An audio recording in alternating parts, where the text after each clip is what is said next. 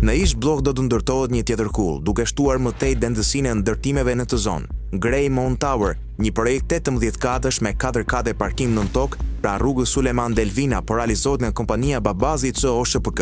E si përmarrësit Ndriçin Babazi me projektim nga X-Plan Studio.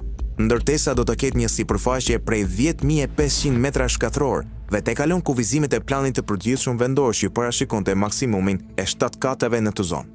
Për të marrë lejen e ndërtimit, Babazi u drejtua qeverisë, e cila miratoi një përjashtim nga PPV më datën 2 korrik 2024. Praktika e përjashtimeve është kthyer në normë pasi aktualisht në ish-blok janë miratuar edhe 12 projekte të tjera kullash. Ndriçim Babazi, ish deputeti i Partisë Demokratike dhe ish presidenti FK Tirana, ka një histori të gjatë si përmarrje në ndërtim dhe shfrytëzim kuror. Ai është aksioner në Vloraston, që operon në Vranisht dhe bashkëpunëtor i Alba Beton me vëllezërit Dulaku, duke investuar në projekte si Gom Perivol në Dhërmi dhe Livall. Kompania e tij në bashkëpunim me Klaiger Konstruksion të Sadik Lumit përfitoi 2 tendra me vlerë 1.8 milion euro për pastrimin e inerteve pas tërmetit të vitit 2019 në Krujë. Në vitin 2015, Babazi dhe Tom Doshi blen truallin e Bar Rovena, ku më vonë ndërtuar Rainbow Center Cup of Bloku.